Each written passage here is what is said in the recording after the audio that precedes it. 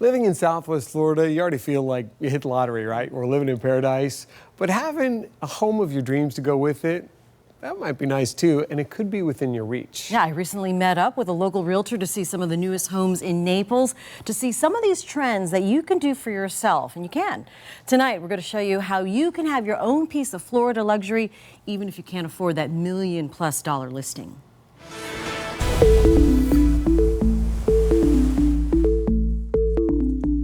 Heather Kane knows Southwest Florida real estate.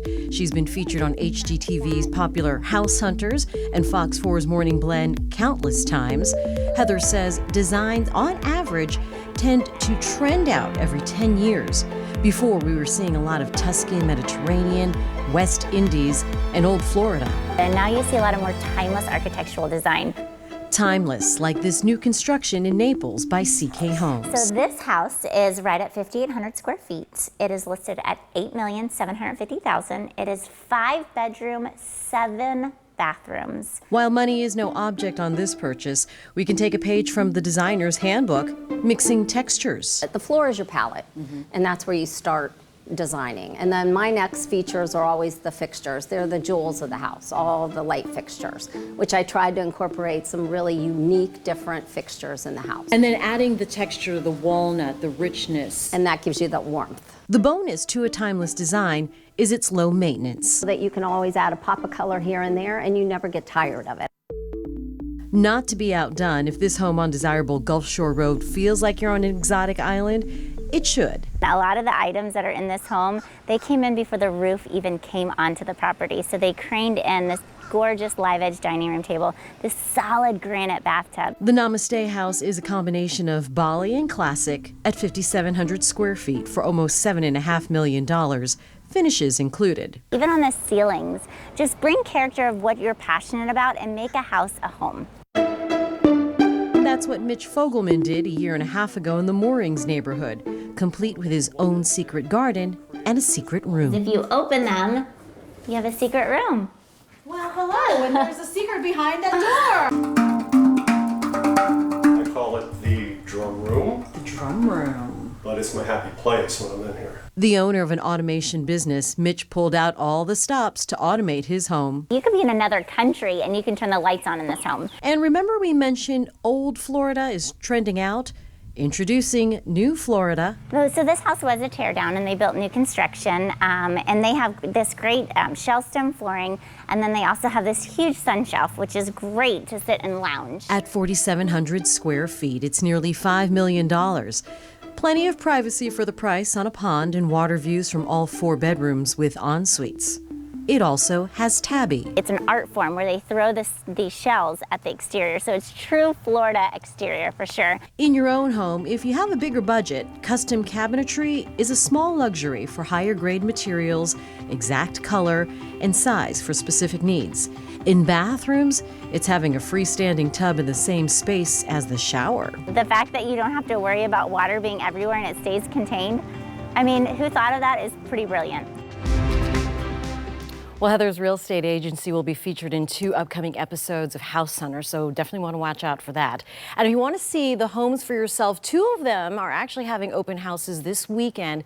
That information's on our website, fox4now.com. A lot of it's in the marketing. That's what I learned about that. Yeah. Like fancy homes, a lot of money, that's a sun shelf. We call it a patio at my place. Out on the porch. Come out of my sun shelf. Yeah. Beautiful homes now. Yeah. Who needs 7 bathrooms? I know. Right? When you already have the tub and the shower, too. Yeah, talking about $8.5 million. Yeah. We could put our money together, right? And maybe buy the sun shelf. Let's get right to your forecast. We've been tracking this rain here through the afternoon, and most of it appears to be dissipating, although there have been some late developments here over the past 10 minutes or so. We've been tracking some showers that have tried to redevelop, I should say, in Lee County. We'll go there in a second, but let me show you the storm that is now weakening south of Arcadia. A lot of this is noise around the radar, so just ignore that. This is what you need to pay attention to here just south of Arcadia. Looks like it's sneaking into town now. Weakening, though, so those showers are beginning to fall apart. And then within the last half hour or so, we've started to see these showers redeveloping here in parts of Lee County, so parts of the Cape now seeing some rain. now moving towards downtown Fort Myers, about to cross over the Caloosahatchee and the Edison Bridge there, and also getting up around Tice and likely going to be heading eastward here over towards Buckingham and Alva. That is, if they do happen to move in that general direction. Sanibel, some showers offshore. These are going to be moving up towards Pine Island, perhaps the South Cape, over towards Punta Rassa and Iona here over the next several minutes. So temperatures are still pretty muggy out there, low to mid 70s inland, but upper 70s to near 80 at the coast. So the temperature's not going to be dropping that much here overnight tonight. You probably notice how much stickier it feels outside. That will remain the case here for tomorrow and as we go into your weekend. So no changes expected with that chance for storms tomorrow afternoon, focused more for inland areas as a result of a shift in the winds. Now, the winds the past couple of days have been more of an easterly direction. Tomorrow, the winds are going to come onshore out of the southwest. That's going to push everything inland, although that does not mean that coastal areas will not see a chance for some showers, but it'll likely be a little bit earlier in the day. But this is that upper level disturbance that we've been tracking that was over the Bahamas that the Hurricane Center put out the tropical weather outlook on. It was never anticipated to become tropical anyway, but it did bring us the tropical light downpours across the area. That moisture will be leaving the area, so we're expecting that to say bye-bye. And then we're going to be looking at just scattered storms in the forecast here for inland areas this weekend. Predictor picking up on a couple of showers near the coast in the morning, so there will be a small chance for showers near the coast during the morning hours. Watch what happens, though, as the day goes on. The storm chances move inland, so it looks like along and east of Highway 29 from about a Palmdale to LaBelle to Immokalee line and points eastward, chance for rain will be highest during the afternoon. Same thing happens on Saturday. Southwesterly wind picks up during the day. Storm chances develop east of I-75 and then push inland towards the coast during the afternoon. So kind of the same old song and dance here for Saturday and Sunday. Best chances inland during the afternoon. 71 tonight, mostly cloudy. A stray shower continuing overnight.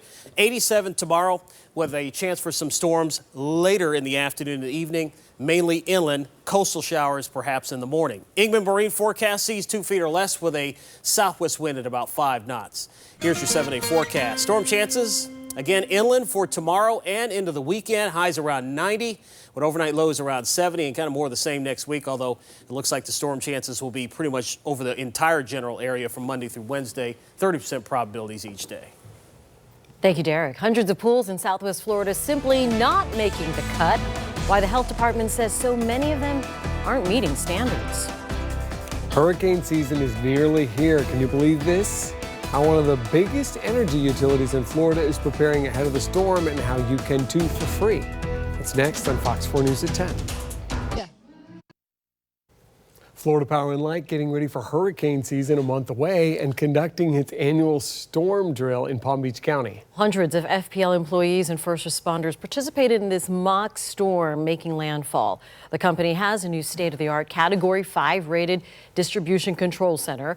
Last year, FPL helped restore power to Puerto Rico after Hurricane Maria, the Carolinas after Hurricane Florence, and parts of Florida's Panhandle and southern Georgia after Hurricane Michael. 4 is in your corner with information to help you prepare your family and your home for hurricane season starting on June 1st.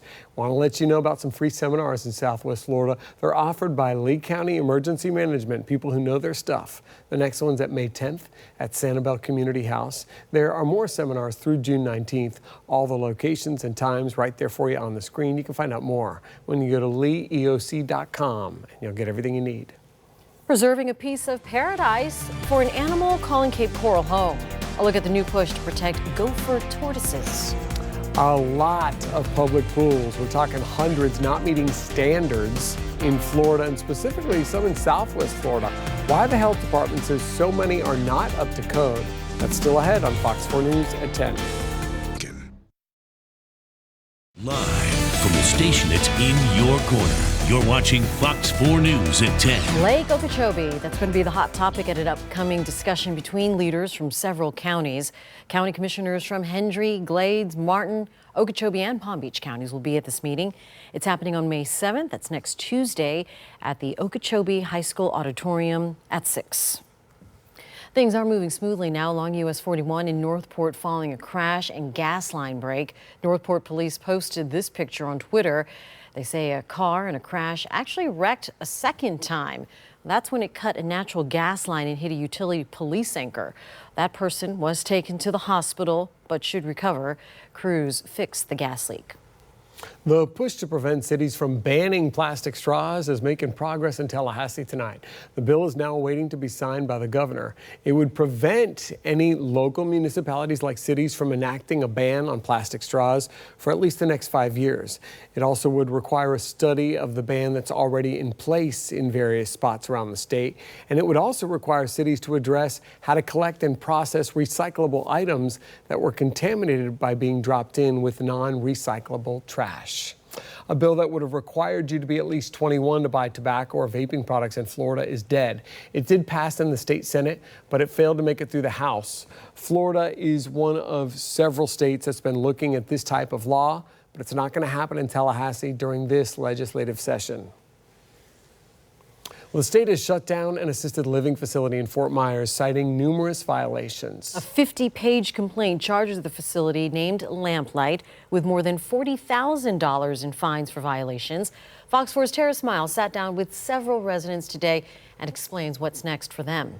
It's unfortunate, and the state shut them down. So now there's a feeling of disbelief and shock. It makes me feel lousy, man. God only knows what tomorrow brings.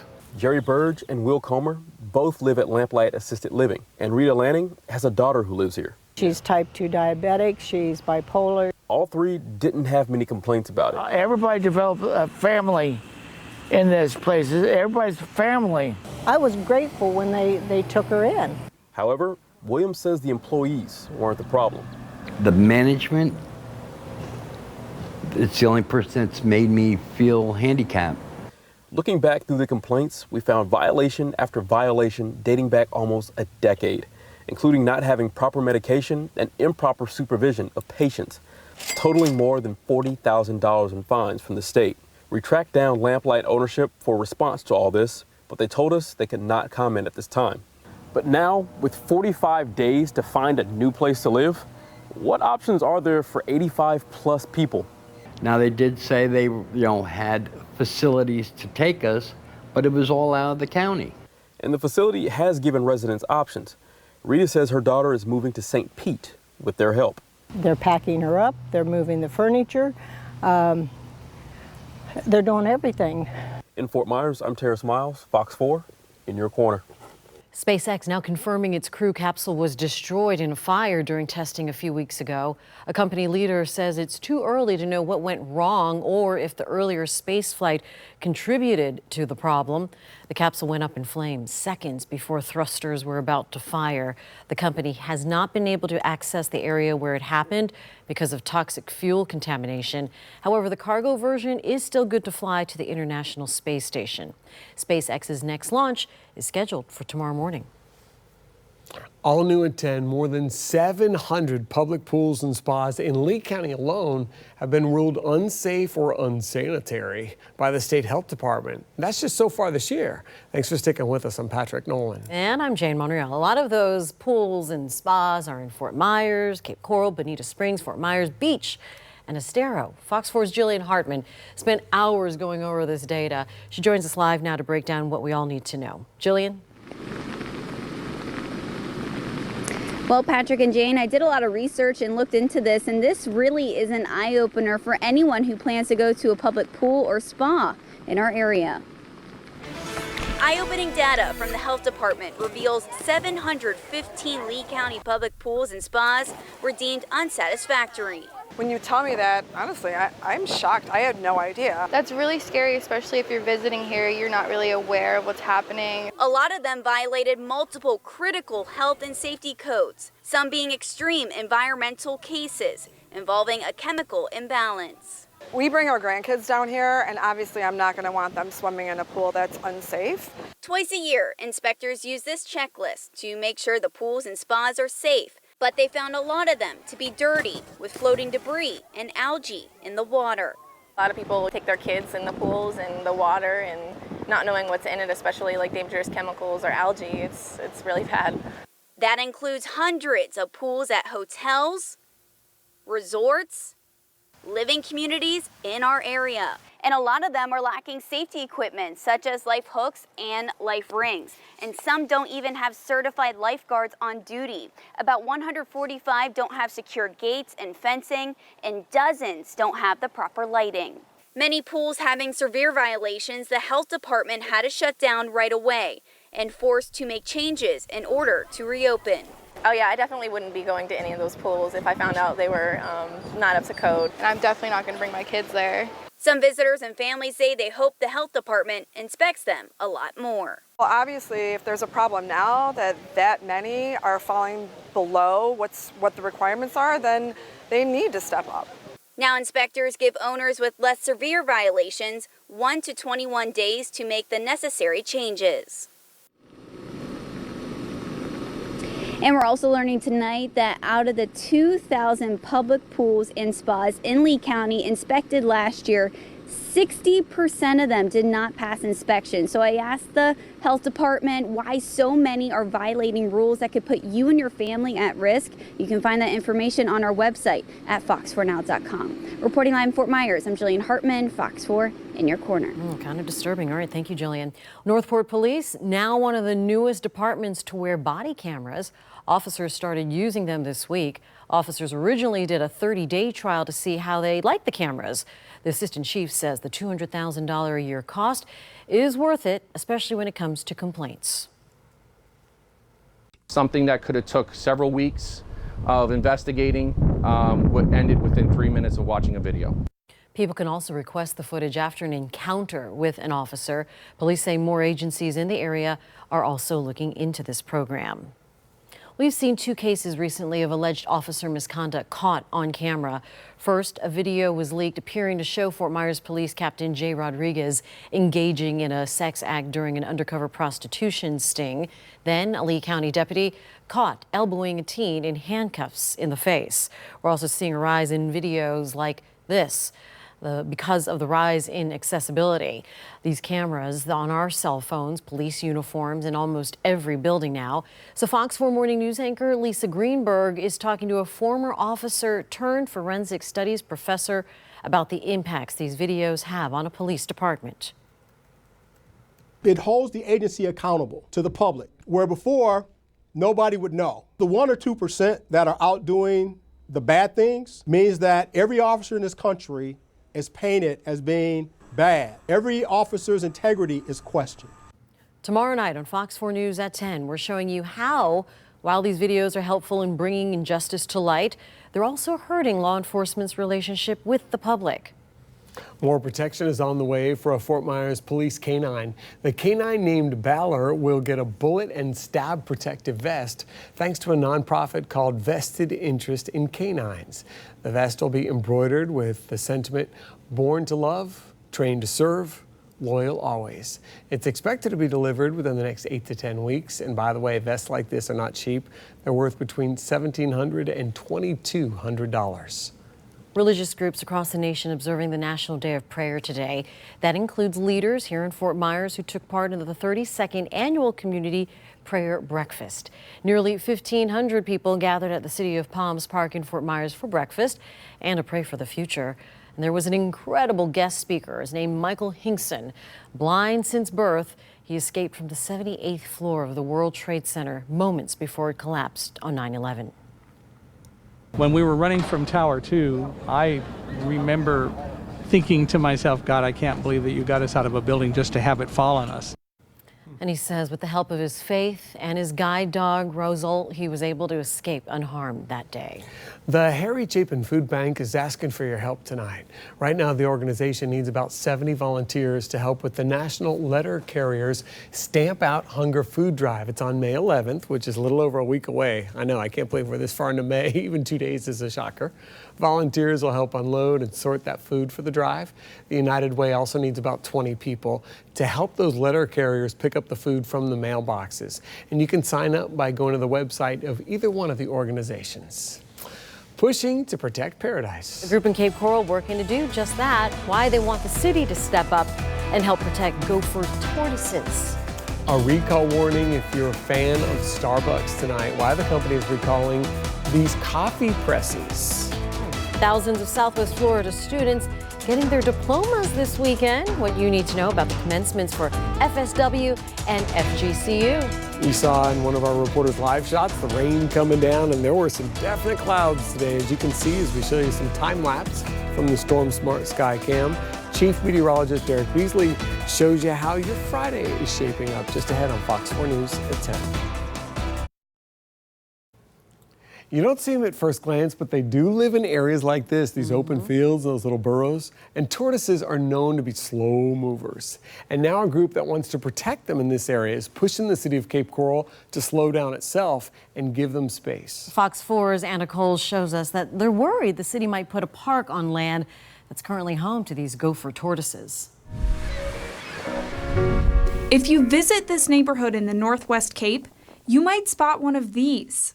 Gopher tortoises are a threatened species. One neighbor says it's easy to see why. We're seeing along Durden and Burnt Store dead gophers, dead turtles everywhere. It's like they have nowhere else to go. They're just being chased away. So I think it would be amazing to put them out there and, keep them alive. That's the aim of Cape Coral Friends of Wildlife. They want the city to designate these 6 acres, currently zoned for parks, as a preserve for the tortoises. The head of the group, Pasha, loves her flowers as much as the tortoises and wants the city to show it does too. What we're trying to do is to get them not to develop it because it has so many gopher tortoises on there, and across the street on the canal are also tons of gopher tortoise burrows. So we're asking